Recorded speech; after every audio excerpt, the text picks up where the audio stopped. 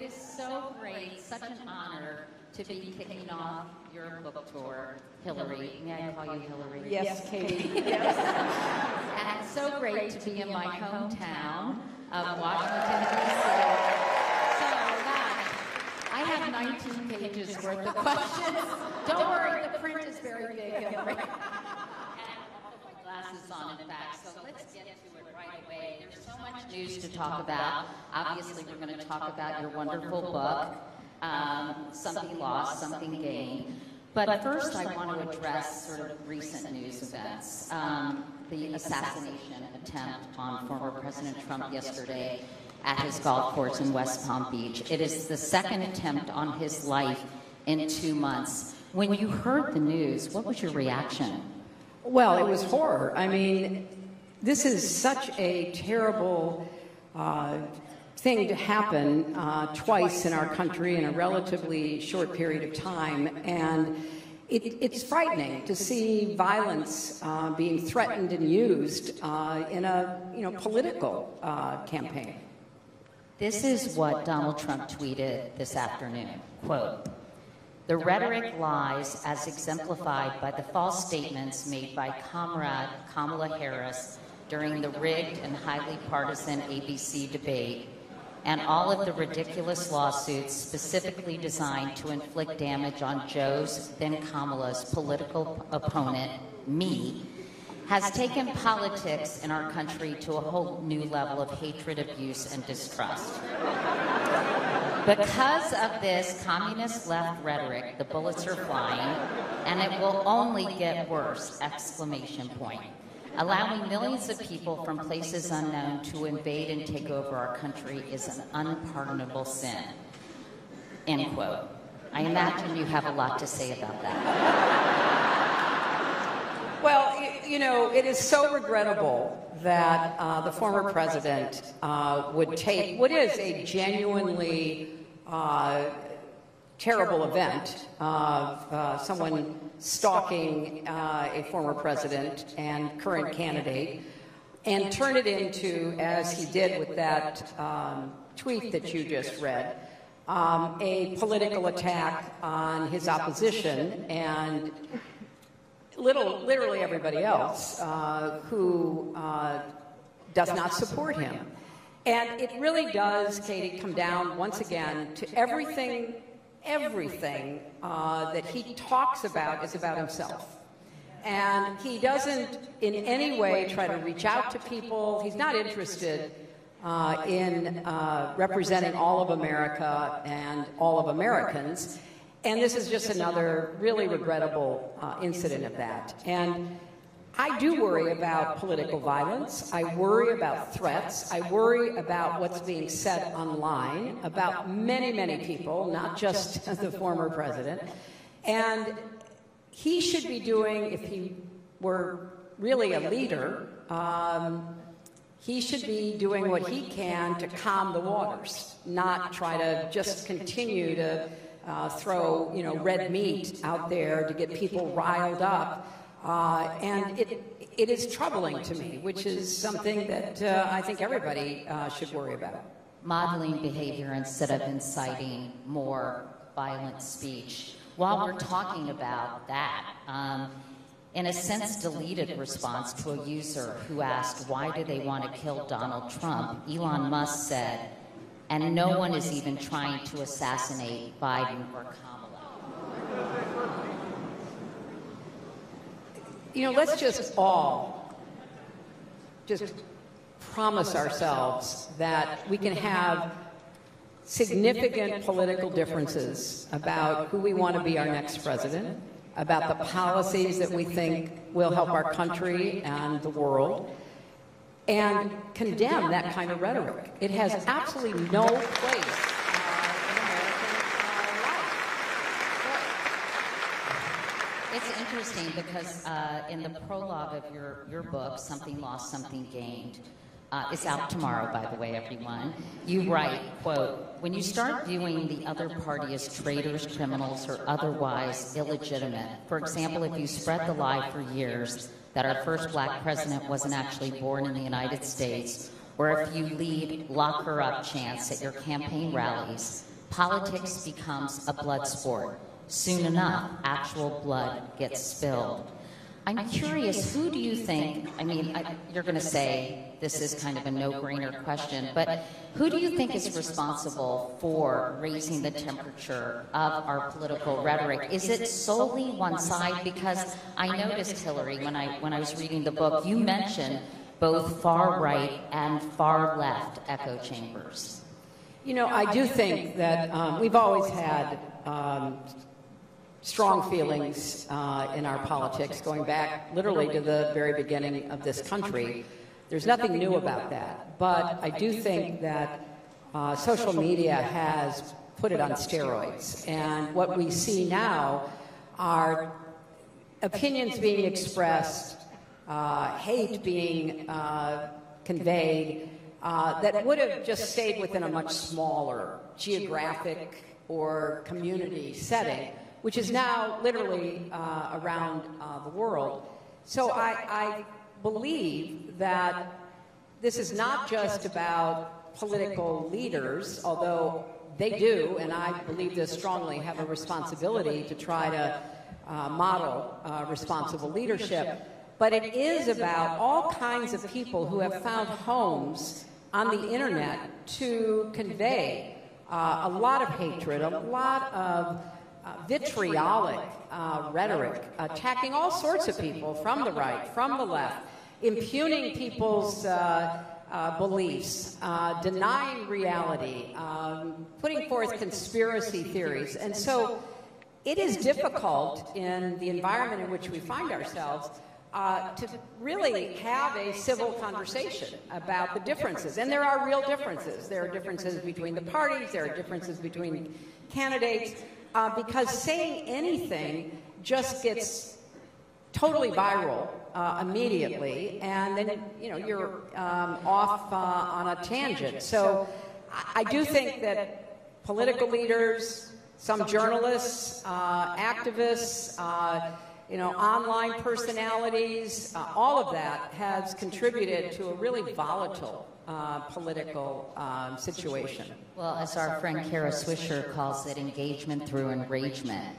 And those are the things that get attention, the most vitriolic, most sort of incendiary comments. I want to ask you sort of about the current political situation with Joe Biden stepping down from running for president. The book was turned in prior to that, and also prior to Donald Trump's first assassination attempt in Butler, Pennsylvania. I know you recorded an epilogue, though, for your audiobook. And let me first ask you about President Biden resigning from the campaign. What do you think took him so long to make that decision? Well, I don't have any inside information, but I think, number one, he did a really good job as president. He got a lot done.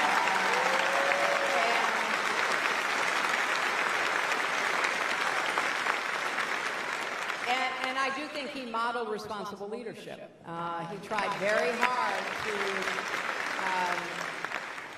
demonstrate that he wanted to be president for all Americans. He wanted to work with Republicans in the Congress. A lot of his major legislation, many of the benefits like the infrastructure bill or the Inflation Reduction Act, they're going to go to all Americans, and they're going to go to places that don't vote for Democrats, did not vote for Joe Biden. And he really did have a strong commitment to try to, reach out to people and to build a much, calmer approach toward bringing people together to solve problems. So if you've had that kind of record and you've done a lot, as he did, I think that those of us who were around him, both I was around him numerous times. Actually did a fundraiser with him with my husband right here in Virginia at Terry McAuliffe's house, who I think is here tonight, about a week before that debate. And not only did he speak, he was in a photo line for an hour. Then he went around and talked to everybody who was at the fundraiser. So when we saw the debate, like every other American, we were, you know, surprised, shocked even. And I think, again, I'm thinking that this is how he felt about it. He said, okay, I had a terrible debate, don't know what happened to me, but I'm going to go out and I'm going to campaign and all the rest of it. But it just couldn't be recovered. And I think then people close to him that are trusted advisors, you know, began explaining to him that it couldn't be recovered, that he couldn't get back to a 50-50 close race that, you know, he would be able to pull out. And he made the right decision. And then immediately after he made the decision public, he endorsed Kamala, which was also the right decision. Let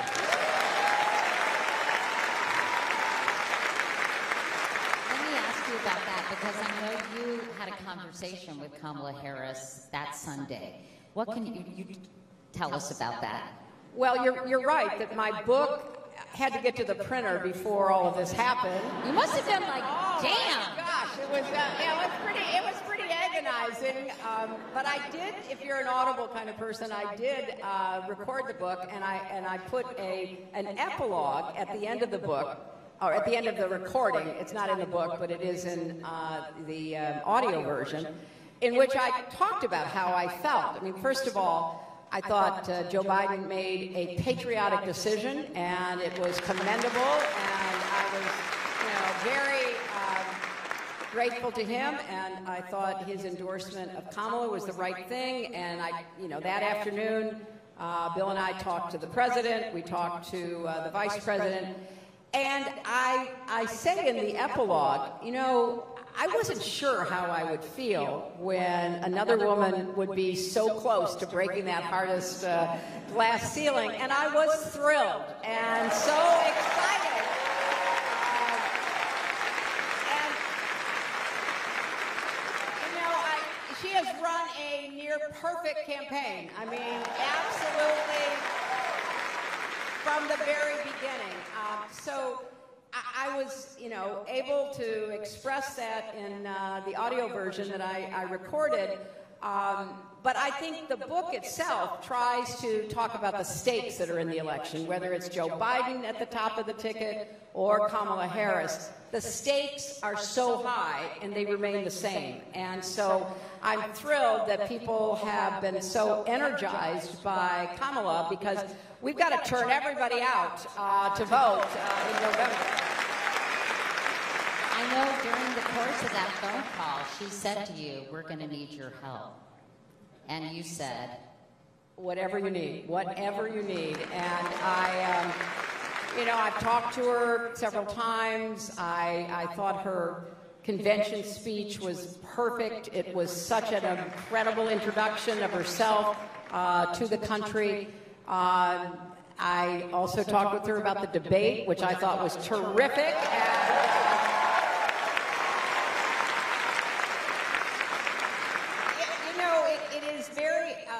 For me, it's very exciting to see someone literally just get thrown into the deep end of the pool.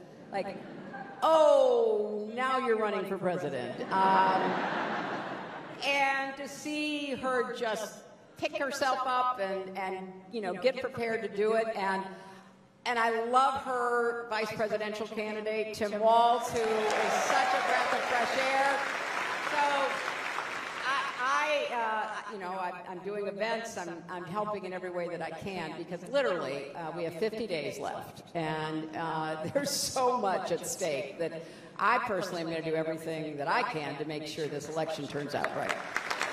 You know, at the time when there was so much discussion about whether President Biden was going to drop out of the race, many Democrats were hoping for an open process where a number of candidates could have competed for the spot. But you, as you said just a minute ago, you were a big supporter of Kamala Harris's from the get-go. Why did you think that was the best path, and what downside did you see in having a more open process? First of all, I thought she'd earned it. She has been the vice president. When people were voting in the primaries, they were voting for the Biden-Harris ticket. not the Biden question mark ticket. And I thought that she was best positioned to step onto the national stage. I talked to a lot of people during that time, and nobody could describe to me what this process was supposed to be. I mean, I would have been interested. You know, there are all kinds of wacky ideas. Well, let's just have people go around the country, like, you know. Do town halls. Yeah, in town halls, like the Lincoln-Douglas debates. I mean, and you have, what, a month? I mean, none of it made any sense. And the sensible people whose names, you know, were well known because they were already established in politics, in the Congress, governors, et cetera, they were all looking at it and going, this doesn't sound like a good idea to me. And then finally, we are running against the most dangerous threat to the continuation of American democracy and freedom that we can possibly imagine. And we don't need any more chaos. We need to make a decision and go forward. And if you go back and look at the history of, you know, contested conventions, people running against incumbents, it doesn't turn out all that well. So I was thrilled that, you know, we were able to make a very, you know, sensible, smart decision and get to the convention, have a great convention, and come out of it with a lot of, you know, steam behind our candidates. We'll talk more about politics in a moment, but I want to talk about the book, which is quite political, by the way, political and personal. I know you're a huge Joni Mitchell fan, as am I. You named Chelsea. I remember this from, I think I think it was mentioned you in 1993, the first interview with the First Lady. It was Hillary, America's First Lady.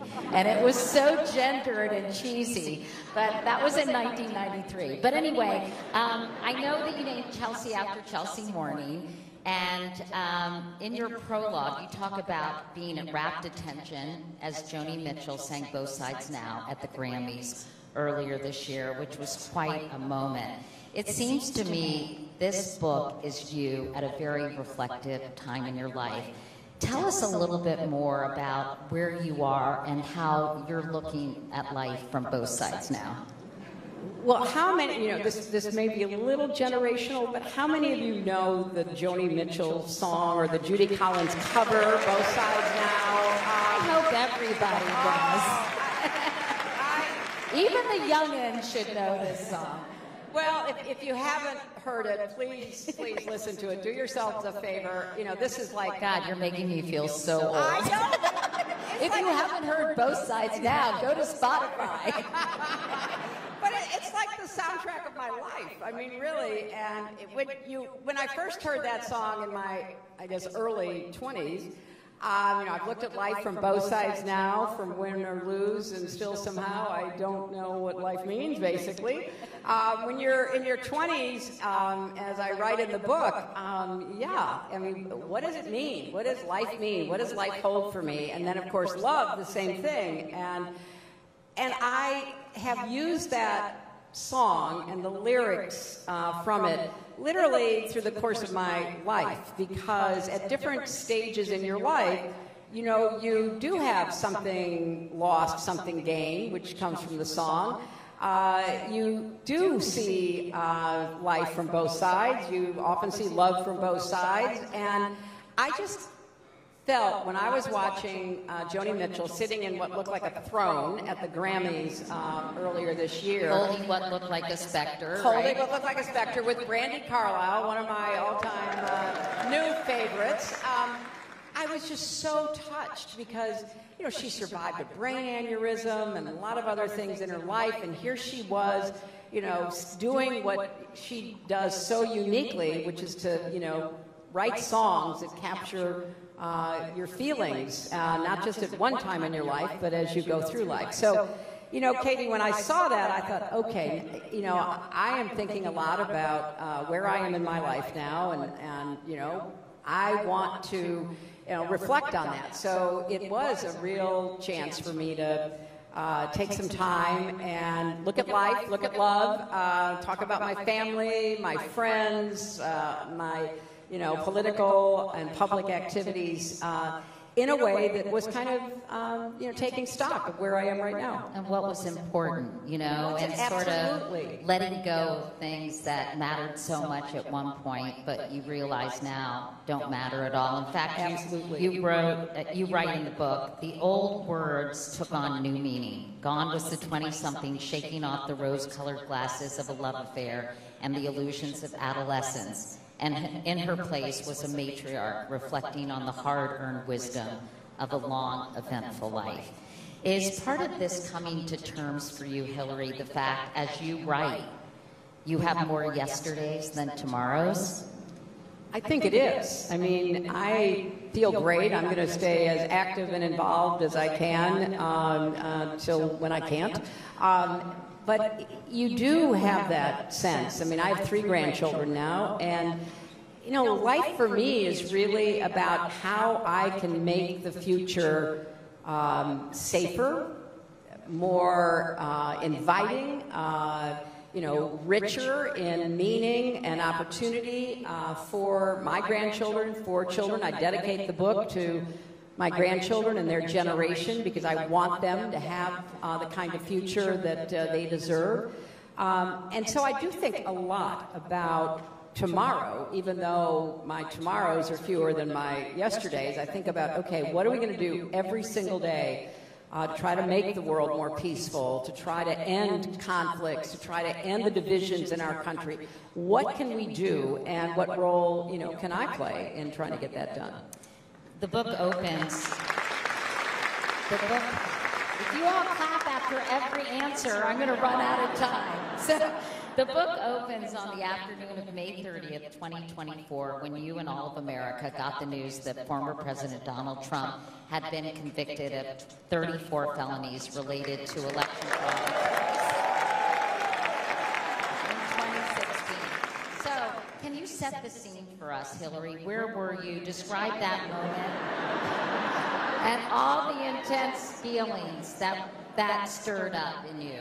Well, it was, as you said, late May, and I was finishing edits on the book, and I was actually here in Washington at my house here, and I was working on the edits, and I needed to really concentrate because I had a limited period of time to get these edits done, and then I had events that I had to go to. And so I took my phone and, I put it on mute and I turned it upside down, so I had no idea what was going on in the world. And I was, finally finishing the parts that I was trying to edit. And, I picked it up, see what's going on, and turned it on, and, my phone is blowing up. I mean, honest to goodness, people I hadn't heard from in years are, texting and emailing me, and they are all saying the same thing. Can you believe what just happened? And, of course, I quickly read that he had been convicted of 34 felony counts for interfering in the 2016 election, because that's what that trial was about. Hush money was a means to prevent information from being made public that might have affected the vote. So it was election interference. And, when you've watched his life and when you've tried to explain how he's never been held accountable for the bankruptcies in business and for so much else that happened before he ever went into politics, to see that a jury of his peers in the place he grew up in New York had found him guilty was, very reassuring to me about our system. And I did get, a little bit teary-eyed because I thought, wow, no one is above the law, no matter what the United States Supreme Court says. No one is above the law.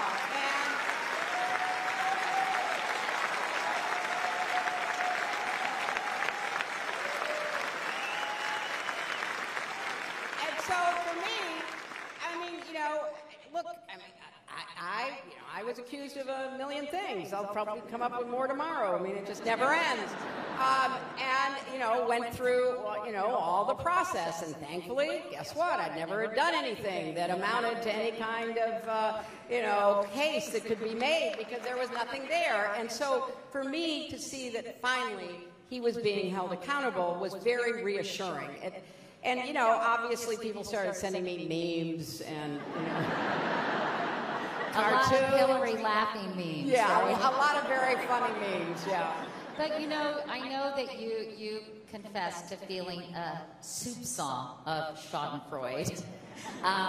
But you also felt relief, as you just said, that he would be held accountable. But will he be? Because, as you know, Judge Merchan recently delayed his sentencing to after the election. You mentioned the Supreme Court granting him immunity. Does it feel like he'll never truly be held accountable at times to you? Well, I think that's a risk. I do think it depends upon the outcome of the election.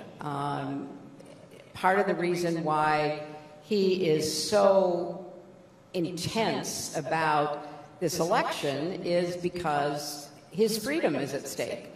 And you know, the case in New York, losing the defamation case, also in New York, his company being held criminally liable, also in New York.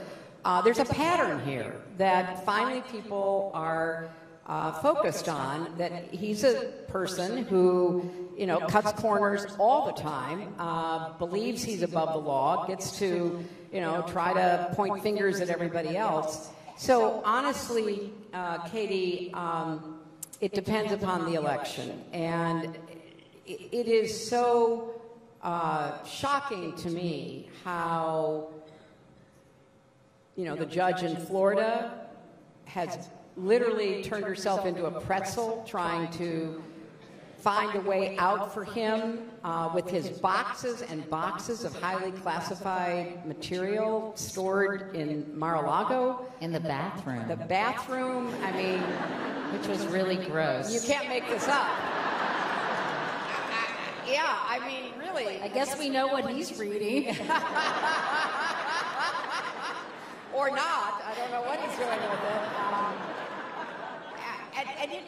it. Look, I mean, we have always prided ourselves on a couple of things. The peaceful transfer of power. And as Secretary of State, I used to travel around the world, basically telling leaders and you know, the people in countries, look, one election is not enough. It's not one and you're done, and then you get to, you know, try to prevent anybody else from ever challenging you. It's the peaceful transfer of power. You have to have, you know, free and fair elections. The rule of law, not the rule of men, powerful men, but the rule of law. And so, you know, he has very much, along with his allies, you know, tried to destroy both of those foundational concepts of our country. And it is incredibly dangerous, as, don't take it from me, all of the people who worked for him who are now saying, please don't vote for him. I was in the Situation Room with them. I was in the Oval Office with them.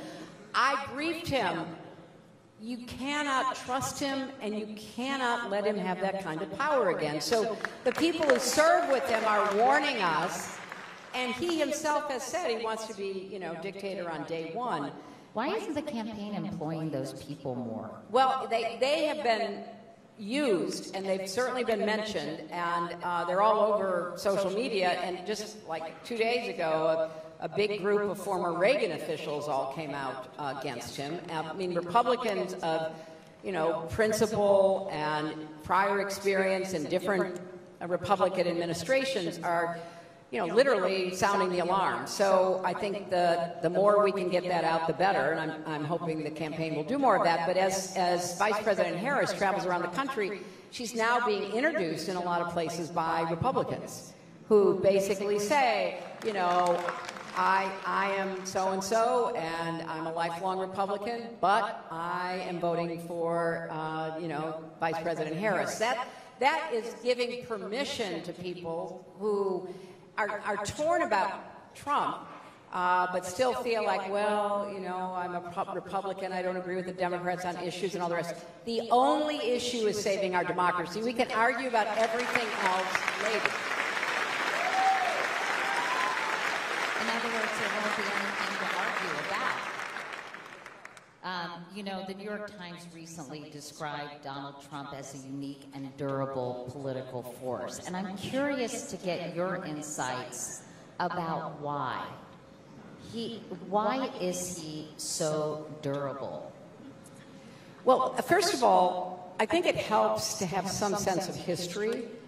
And to know that in many societies, political systems, people who have an ability to connect with, you know, the fears and the insecurities and the anger and the hatreds of people in their society are very effective demagogues.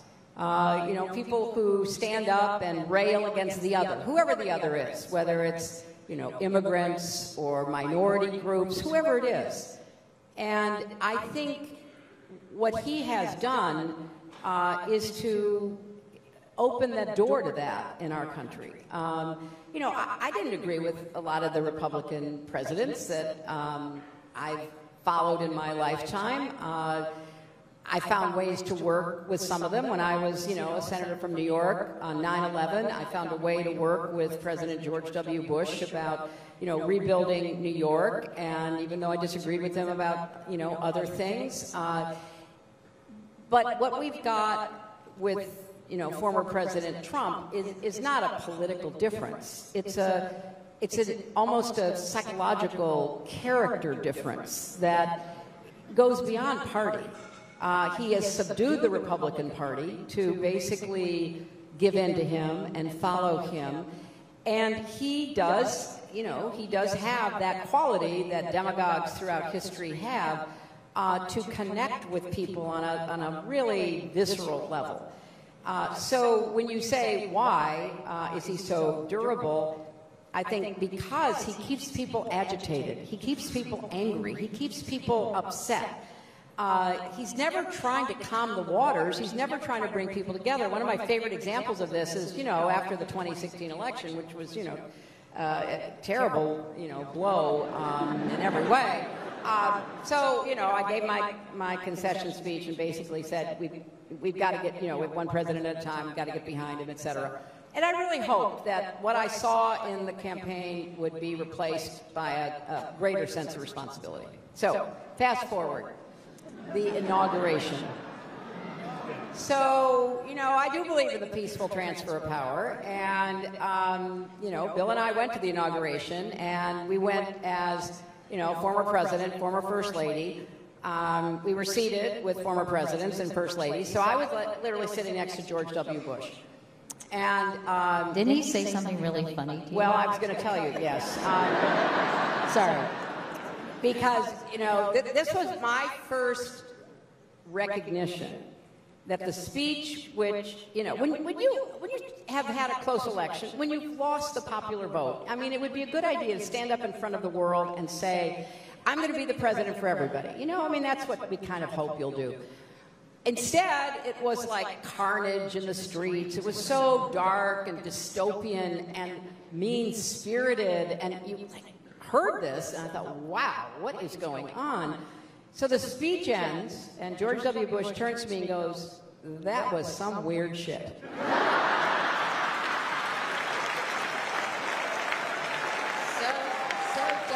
right?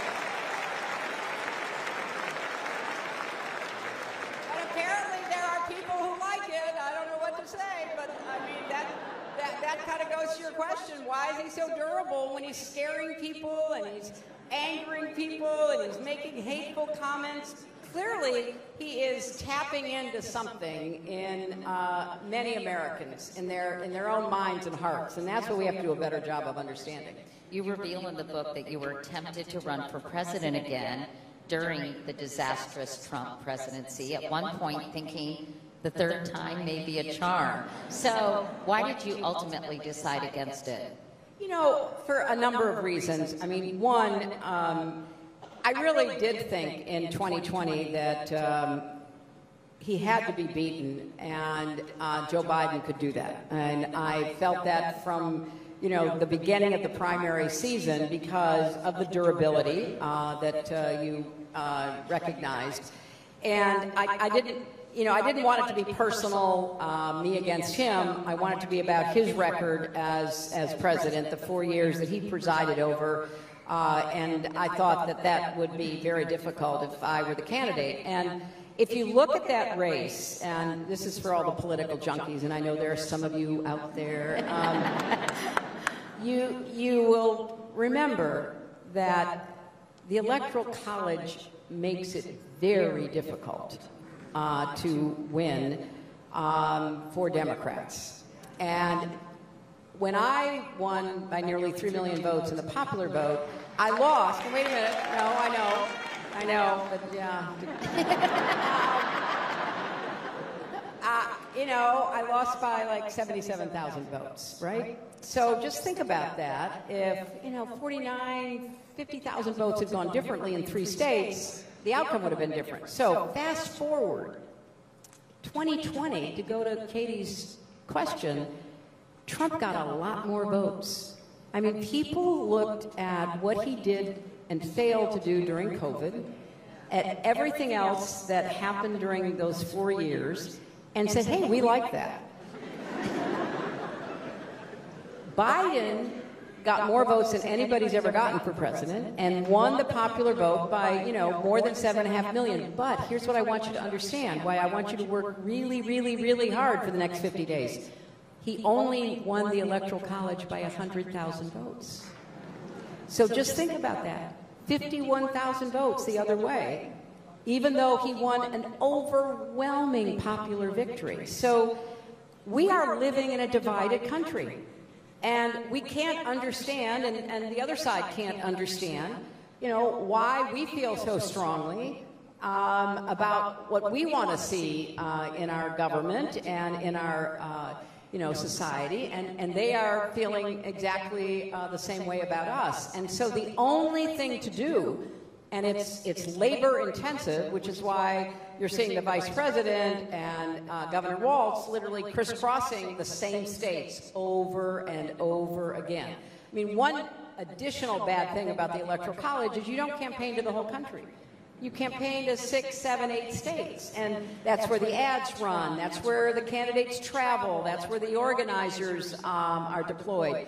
So you will see over and over again those same states, and that's why we need all of you who care about the outcome of this election to do everything you can to help us win those states, because they will be close. It seems insane, but it's never going to change, is it? The Electoral College, you know, I came out against the Electoral College in 2000 in the Gore-Bush race because, you know, it was our first indication that, you know, the Supreme Court wanted to rig our elections, basically, which they did in the Gore v. Bush decision, which is a terrible decision. We've had a lot of other terrible decisions since then. But I said, look, if you want people to feel invested in their country's democracy, you have to make them feel their vote counts. And if you're in an all-red state or an all-blue state and nobody campaigns to you during the presidential years, you know, it's hard for you to feel that you matter. And so I think it's an anachronism. It was one of the many compromises that were made back in the, you know, Constitution, and our founders did that.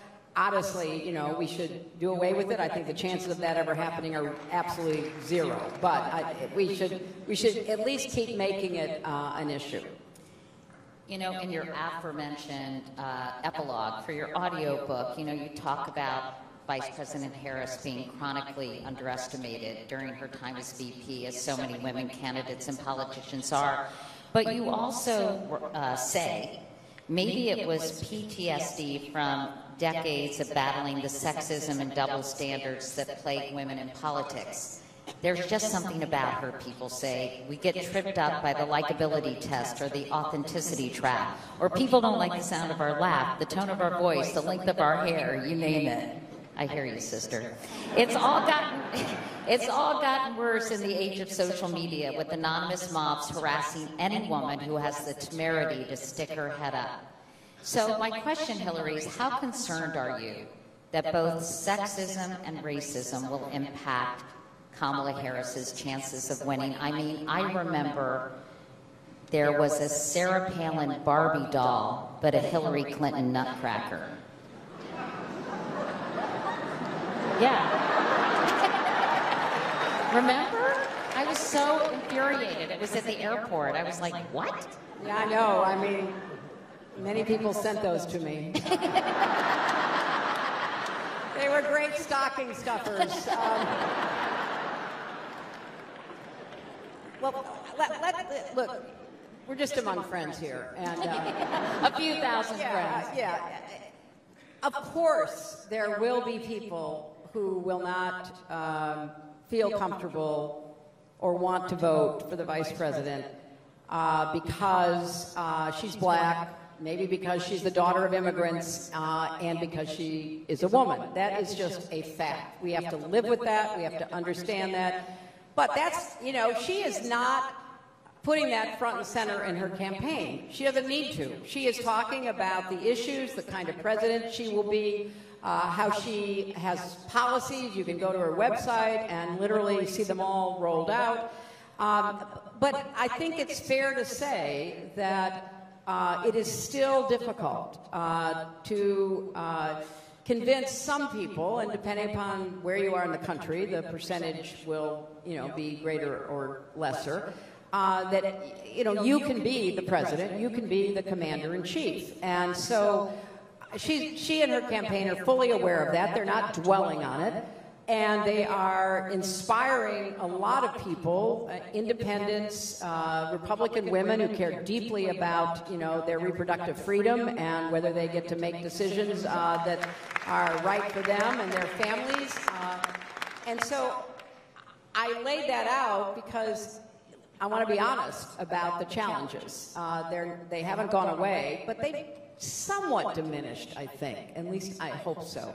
I think she is running a terrific campaign. She has to stay on her message about, you know, who she is, what she wants to do, and what a danger Trump poses. But let's not overlook the fact there will be some who just can't bring themselves to vote for a woman. And, you know, Shirley Chisholm, who was the first woman on the Democratic side to make a serious run for the presidency, you know, she once famously said, you know, I'm black and I'm a woman, and it's been much harder being a woman. In part because it's kind of the, you know, unfinished business of human history to ensure that women have equal rights and equal respect in whatever arena they find themselves. And so I think she has to be aware of it but not dwell on it. And I think we all have to be very vigorous in our advocacy for the Harris-Walz campaign, both on the merits, because I think they'd be excellent for our country, and I just want to breathe again. You know what? I think if we can,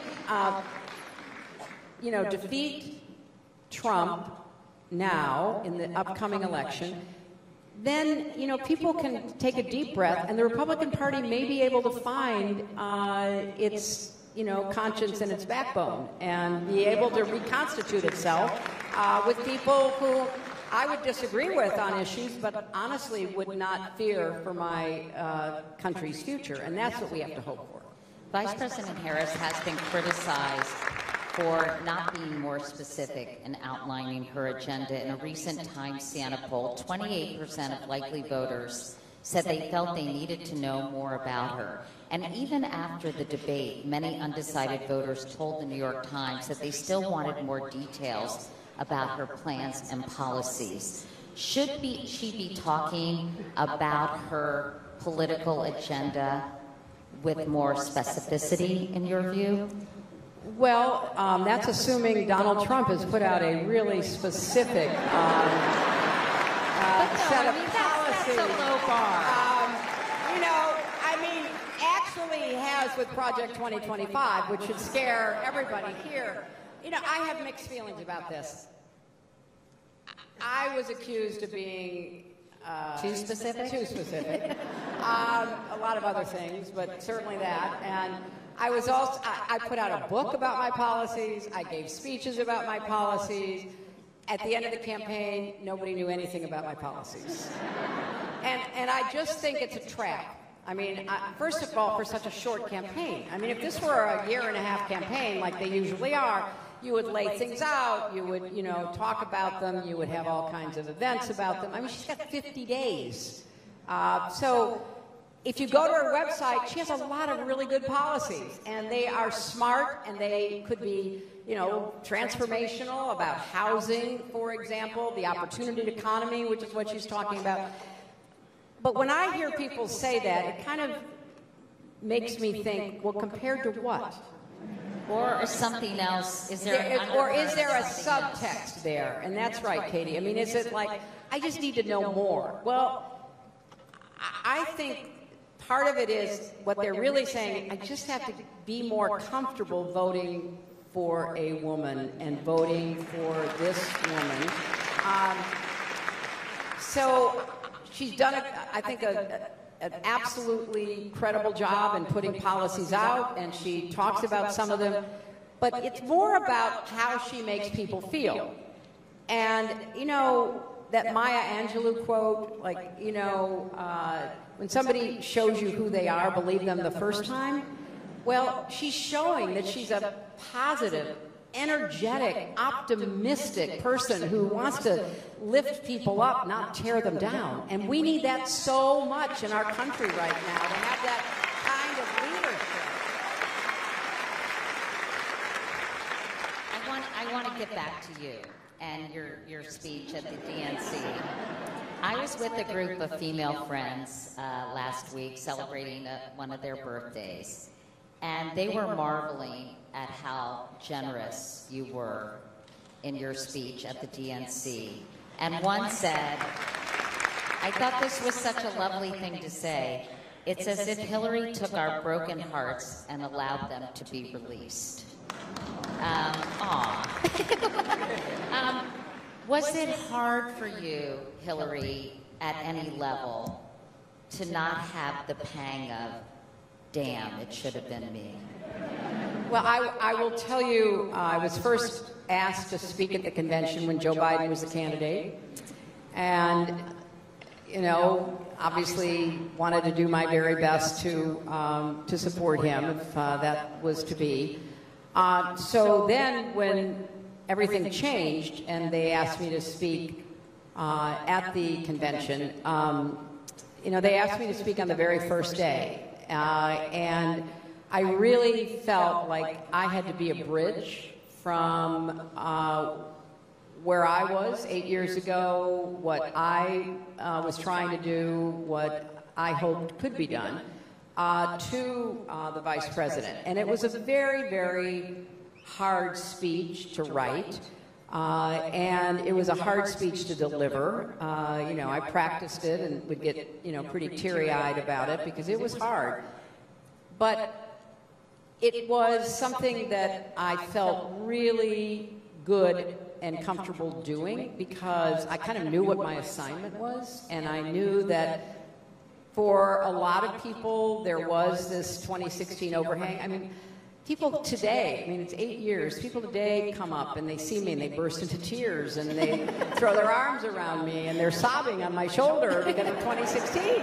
That must be a little weird. Well, no, I mean, it's very touching, but you know, people know that it was an unprecedented election, and you know, those people who were, you know, supporting me, you know, it has been a very long time. So I knew I had to both, you know, give everybody permission to be 100% behind Kamala. And so in delivering it, you know, going out there in the arena in Chicago, first of all, you know, I can't see too many faces beyond like the first couple of rows here because of the way that the theater here is lit. But at the convention, the way it was lit is I could see people 20, 25, 30, 40 rows. I could recognize people. And it was such an intimate moment, even though there were, you know, many thousands of people there.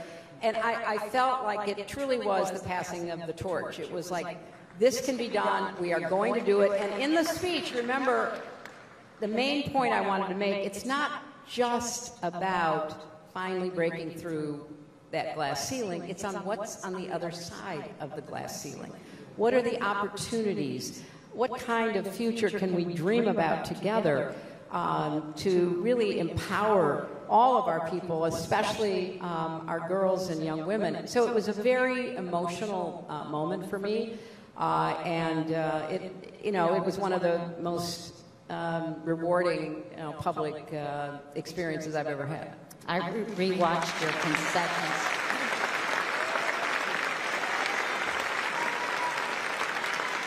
I rewatched your concession speech to prepare for this interview, and in it you said, our constitutional democracy enshrines the peaceful transfer of power, and we don't just respect that, we cherish that. I'm sure that was the hardest speech you have ever had to give in your political career. But do you think we'll ever see those kinds of gracious and graceful concession speeches again? Like John McCain's, for example? Yeah. You know, Katie, I really think if we do what we should do and we defeat Donald Trump, I think we can get back to what I would consider much more normal politics again. And hopefully new leaders would emerge on the Republican side who would not just give lip service to the Constitution and the peaceful transfer of power and everything that goes, with a democracy, but would, again, model it. And, I am optimistic. Like my late wonderful friend Madeleine Albright used to say, she was an optimist who worries a lot. And so that kind of describes me. I am optimistic. I'm optimistic about our country and its future. But it's really up to us. Trump is one person, and we are many, many millions with different, views and backgrounds, and we want to see the peaceful transfer of power. We want to see leaders who are in it for us, not for themselves. Everything that is really at the root of this campaign. And when I gave that concession speech, clearly, I was hoping for the best, and it just was not to be. And the people that really staffed the first Trump White House and the first Trump government, they were people who had some experience. Again, I might have disagreed with them, but I thought of them as being, sensible, people who respected the Constitution. They are all gone now. They are all supporting, Kamala Harris because they saw firsthand what Trump was like. And the people he will bring in are people who are true believers, who are fanatics, who are wannabe dictators themselves. And that's what people have to understand. It's not just him. It's that whole Project 2025 crowd that literally wants to impose their political, partisan, and religious views on all the rest of us. And, I was raised to cherish, the separation of church and state. These folks want to demolish it and basically tell us who we are supposed to worship and how and everything else. I mean, this is dangerous, dangerous stuff. And I'm glad that, Project 2025 has sort of pierced the consciousness of the voting public, because take a look at it. I mean, Why would anybody advocate for getting rid of the National Weather Service? Or the Department of Education, or all the civil servants, or right? getting rid of all the civil servants and populating government with, you know, partisans. Having a litmus test, right? Absolutely. And, you know, this is... He's tried to distance himself from that. Well, unsuccessfully. And, I mean, just you know, in the last day or two, a video popped up where he was praising, he was at some Heritage Foundation event praising, you know, their work and all the rest of it. You know, I am the one who said there's a vast right-wing conspiracy in 1998.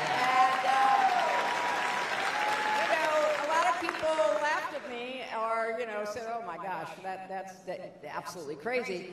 Well, no, it's absolutely true. And you could see it playing out. And now it's not really a conspiracy, it's all out in public. We're going to tell you what we're going to do to you. We're going to tell you, you know, what we expect from you. And in the book, I write about waking up the day after a Trump victory and just seeing what's going on in the country and leading with, you know, military troops in our streets, you know, breaking into businesses and homes to round up people they think are here illegally in order to deport them. And can you imagine, I mean, the kind of chaos and terrible outcomes that would be a result of that kind of military occupation of American cities? And so people need to take it seriously and look at this Project 2025, and not only that, just listen to Trump, because he says it all the time. I want to run through some really important issues, not exactly a lightning round, but we have a fair amount to cover. First, reproductive rights. You warned on the Senate floor during Justice Alito's confirmation hearings in 2006 This nomination could well be the tipping point against constitutionally based freedoms and protections we cherish as individuals and as a nation. I fear that Judge Alito will roll back decades of progress. Roe v. Wade is at risk, the privacy of Americans is at risk, environmental safeguards, laws that protect workers from abuse or negligence, laws even that keep machine guns off the street. All these and many others are in peril. You take no joy out of being prescient, do you? No, you know, as a senator, I got to vote on both John Roberts and Samuel Alito, and as part of that process, I interviewed them both, which is, you know, the way senators get their own, you know, ideas about who these candidates are that the president has nominated. And I found both of them to be, you know, really on agendas, basically. And, you know, Roberts was much more gracious and affable. If you read the long story in the New York Times in the last day or so, you know, clearly on an agenda that, you know, he is now driving, including this incredibly dangerous immunity decision. With Alito, there was no hiding it. He was clearly a results-oriented jurist who was going to use the Supreme Court to reverse a lot of what many of us believed has been progress over the last 50 years, some of which, you know, I mentioned on the floor of the Senate. And I was very worried about him because of that. Again, he is driven by cultural and religious beliefs about how society should be structured based on his own opinion, not the law. His opinion, like the opinion in the Dobbs decision, as a recovering lawyer and law professor, I found it, you know, absolutely weak and totally results-oriented. I want to get to this, and I don't care what the precedent is. I don't care what the, you know, the law basically says. I want you to pay attention to what Justice Elena Kagan said at NYU this week, because what she said echoes what Justice Thomas and Alito have certainly hinted, and that is, left to their own devices, other landmark decisions, whether it's the Loving decision on interracial marriage, the gay marriage decision, the contraception decision. I'm not saying this. I am referencing Justice Kagan. Those are all on the agenda for this court to reverse. So they will say, if you look at the logic in the Dobbs case, and I have a whole chapter on Dobbs and democracy in the book, if you look at that decision, they basically say, well, you know, none of this was in the original intent of the Constitution. That is their rationale, made-up rationale. This whole theory of originalism is made up to get to the results that they want to further their political, cultural, religious, and financial interests. And so they are gunning for other rights that have been expanded. And if they throw those rights back to the states so that gay marriage, contraception, IVF, interracial marriage, all of a sudden becomes a state issue, then, man, we are in for a terrible, terrible reversal of people's basic freedoms, and we can't let that happen. And they could still try to do cases like that, even with a President Harris, but we would have a president and hopefully a Democratic House and Senate to prevent the worst of this court from coming into effect. You know, you write in your book, the Republicans' plan, in terms of overturning Roe v. Wade, the Republicans' plan seems to have backfired and turned their long-sought holy grail into a poisoned chalice. You know, what impact do you think this is going to have on the election? It already seems to have galvanized women. The gender gap is huge. How do you think it will? What will the ramifications be come November? Well, I hope they are going to be that, you know, women and the men who understand the importance of this issue turn out and vote overwhelmingly for Democrats, not just Kamala and Tim, but Senate and House Democrats, because I will predict to you, sitting here on this stage, pay no attention to what Trump says about a national abortion ban. Because if he has a Republican Congress, if he's in the White House, they will pass a national abortion ban and he will sign it. And they will also pass laws that criminalize women from leaving states to get medical care. They will pass laws like Louisiana passed, not criminalizing, but putting on Schedule I with very dangerous drugs, the abortion medication. They will do all of that, even though they don't represent a majority by any means of the people in our country. And you can see they don't even represent a majority in most states, nearly all states. So in the book, when I write about Dobbs and democracy, there's a line in Alito's decision, which is, well, women are not without political power, basically. Let's just go out and show us that, you don't like our decision. Well, starting in Kansas after that decision, people turned out and showed that they were not going to give in to that kind of political intimidation. And in every state, the reddest states, like Ohio and Montana and Kentucky, when abortion has been on the ballot, it has passed, because people do not want the government, and they sure don't want J.D. Vance telling you what kind of medical care you can have.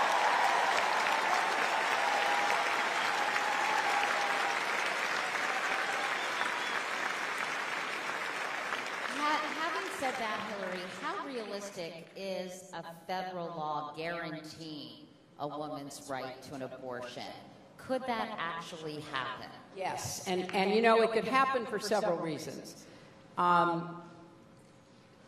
Those of you who are lawyers, there's the supremacy clause. I mean, federal legislation is given, preeminence over state law. So, for example, there is a law in our country that the Biden administration is attempting to enforce, which says that people who show up at emergency rooms must be taken in and given the health care that they deserve. Now, it's a kind of relic, if you will, of the, times of segregation. And so people, who were black or brown or other minorities showing up at emergency rooms and being sent away. So the federal government stepped in and said, you have to do this. So there are big fights going on, and one is on the way to this Supreme Court, because basically Texas said, no, we don't buy that.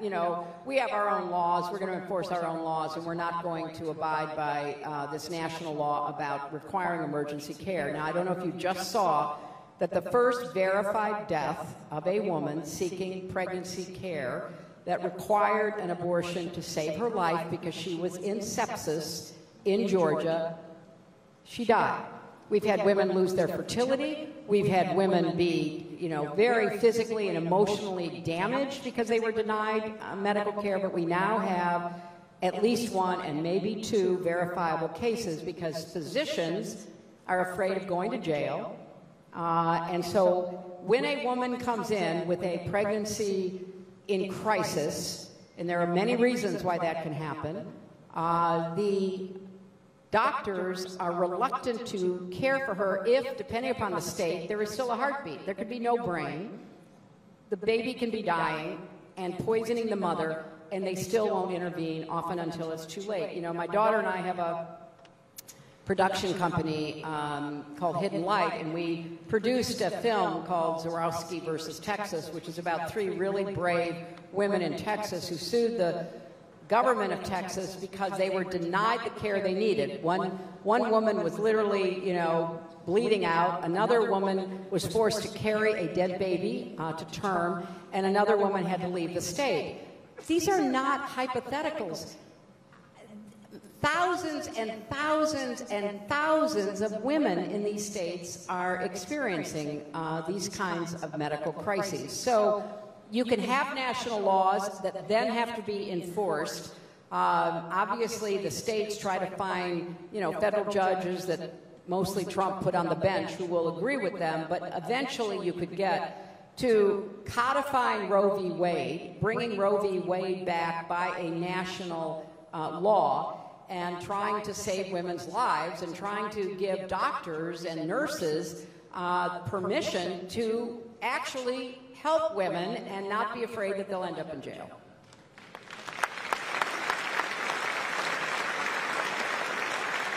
I think those personal stories have to be told more. And the so-called abortion after birth that Donald Trump keeps talking about, I'm like, that's called homicide.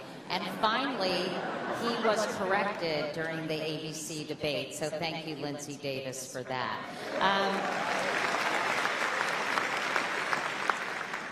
I could talk to you for like 8 hours, But I feel like since we're approaching the anniversary, we need to talk about October 7th. I know you've joined the faculty at Columbia. You were teaching last year when the attacks happened.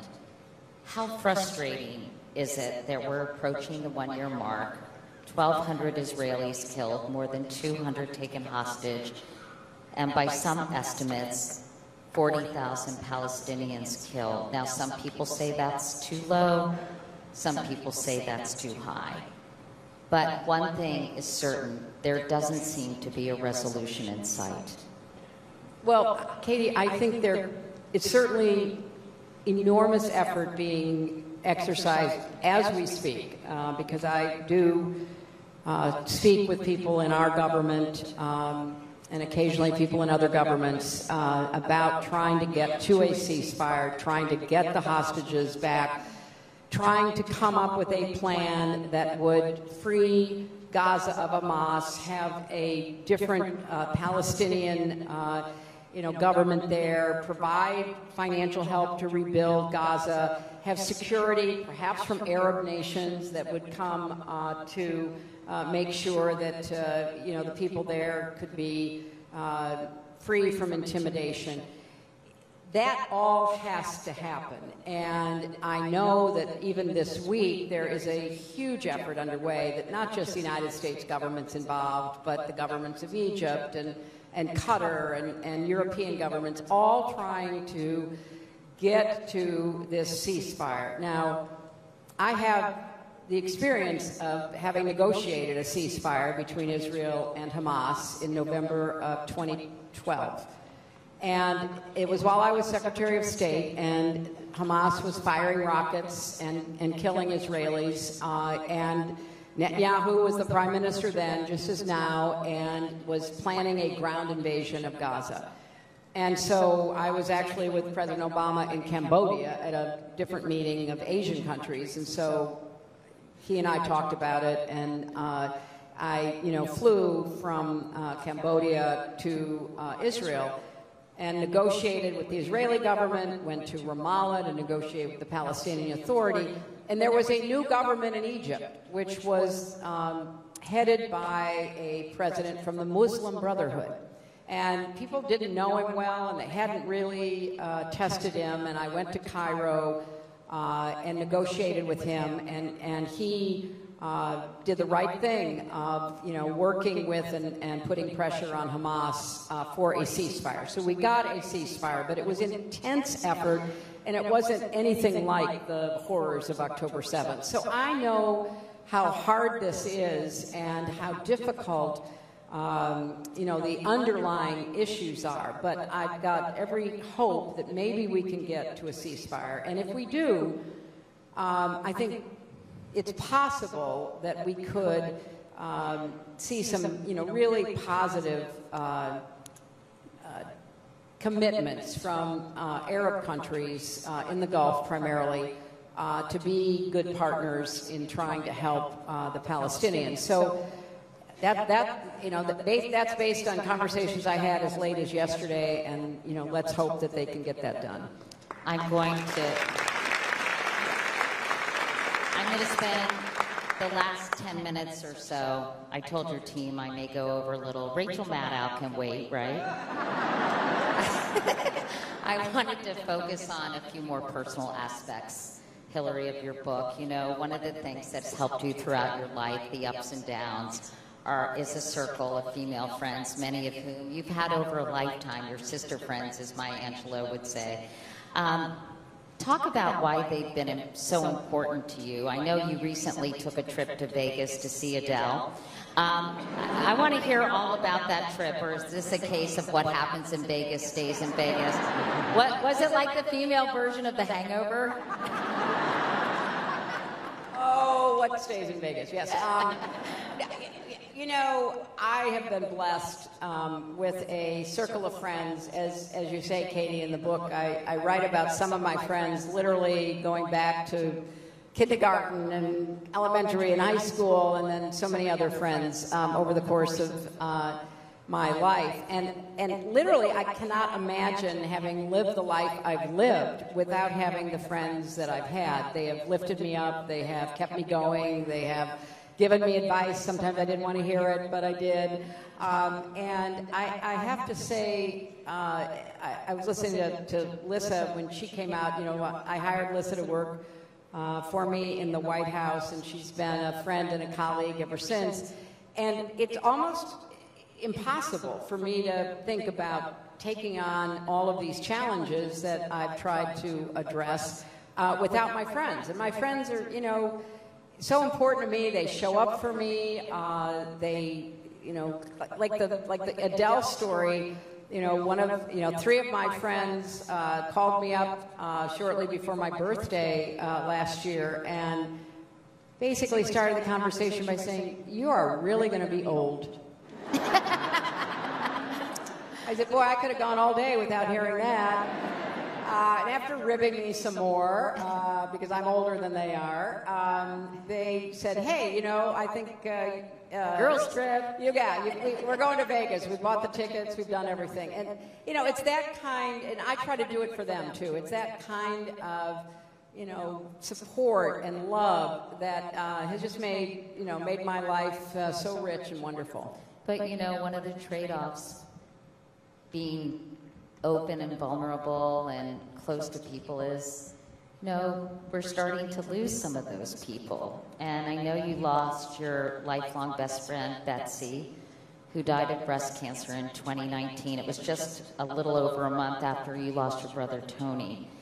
And this is something we all have to deal with. As you know, I lost my husband when he was 42 and my sister in the span of 5 years. And I just have to mention, I so remember, will always remember how kind you were, Hillary. Not only did you host an important event about colon cancer at the White House shortly after Jay died, but you invited my sister Emily and me to have tea with you at the White House when she was battling pancreatic cancer, and she had to drop out of the race for lieutenant governor. She was running with Mark Warner in the state of Virginia. A lot of people thought Emily would be the first female governor of Virginia. So I'm curious, you know, the lessons you've learned, how, you know, I've learned a lot, but how you've been able to cope with these tremendous losses that unfortunately we all experience and experience more of as we get older. You know, Katie, I think about you losing your husband and losing your sister, and she was so dynamic, and you two were just incredible together. She was the real star of our family. Well, really. you both had, you know, just so much personality and intelligence and just fun. And you know, that something lost, something gained, you know, I really think a lot about all the people in my life that I've lost. And, you know, my late brother, Tony, you know, my sister-in-law is here, and one of his children is here.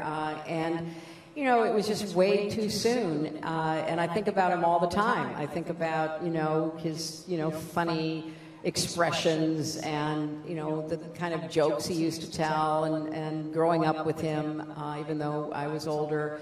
And I, as you say, I mean, in a space of 3 months, I lost a really close friend, Ellen Tauscher, former congresswoman from California, who also worked for me in the State Department. Then I lost Tony, then I lost Betsy.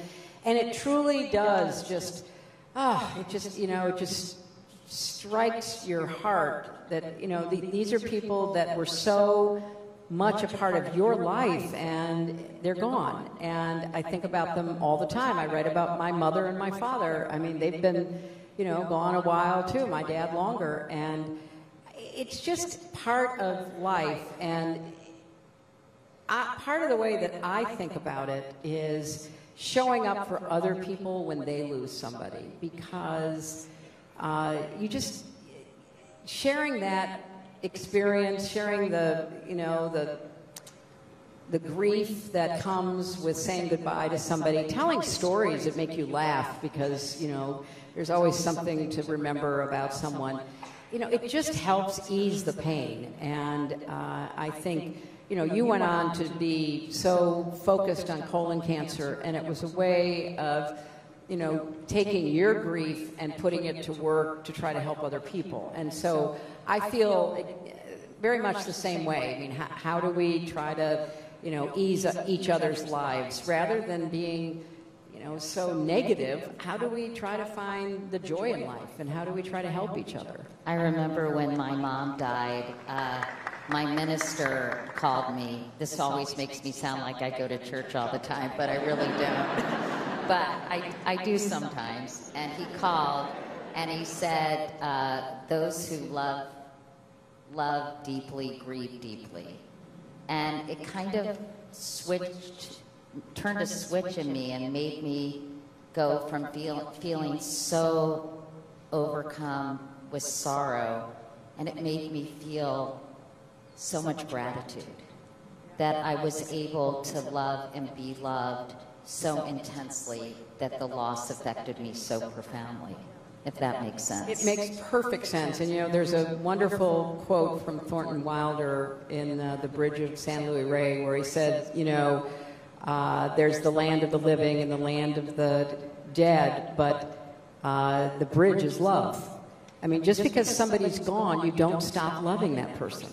You don't stop thinking about that person. You don't stop remembering special moments with that person. And I think that, you know, your minister, who's probably had to say that to a lot of people, understood exactly what needed to be said so that you could feel that the grief was part of the fact that you had loved Jay so much. I mean, I really write about my faith in this book too, because it's gotten me through a lot. My friends in my faith have been incredible support systems for me. And when you go through hard times with people, you need, whether you're religious or not, you need to kind of fill your mind and your heart with the wisdom of other people, so that you have something to fall back on, and you're not just taking that journey by yourself.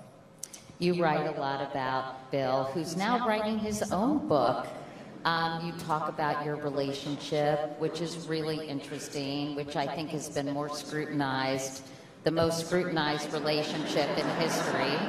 How's that for a little teaser? We're almost out of time, but I spy a little friendship bracelet on that left wrist. A young woman in the crowd gave these to me, and I love having them, because you know what? I love Taylor Swift.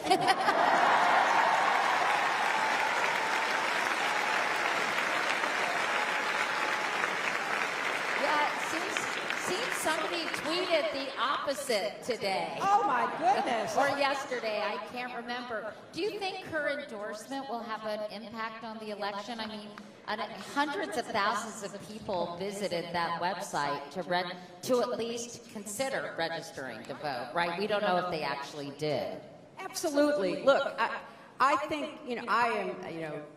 I am somebody who believes there are many, many, many different doors that can open to bring somebody to voting, and voting for a particular candidate. And celebrities can do that.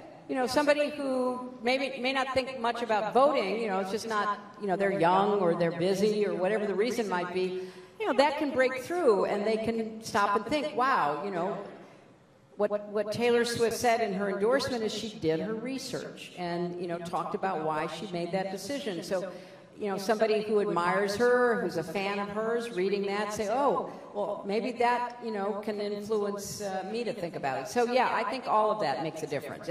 These elections are so close. They're all on the margins. And anything that can inspire somebody to actually vote, and hopefully vote, for their own future, which means voting for, the vice president. To me, that's good. That's all really good. And if Kamala Harris is elected, can you envision a role for yourself in a Harris administration? No.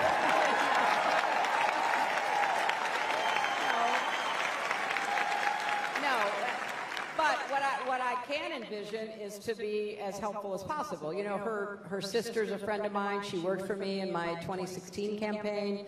Her husband is friends with my husband and my son-in-law and my daughter. I mean, we really feel, very connected to her and her family. So you hosted a number of dinners for her at your house. I hosted a dinner when she was vice president at the beginning. Yeah, right? and Doug has been over to our house. I mean, yes, we really think these, are two remarkable and wonderful people. And so, yeah, I will do everything I can to help in every way. So, well, Hillary Clinton, such a pleasure, such an honor. The book is Something Lost, Something Gained. Thank you all so much. I hope you enjoyed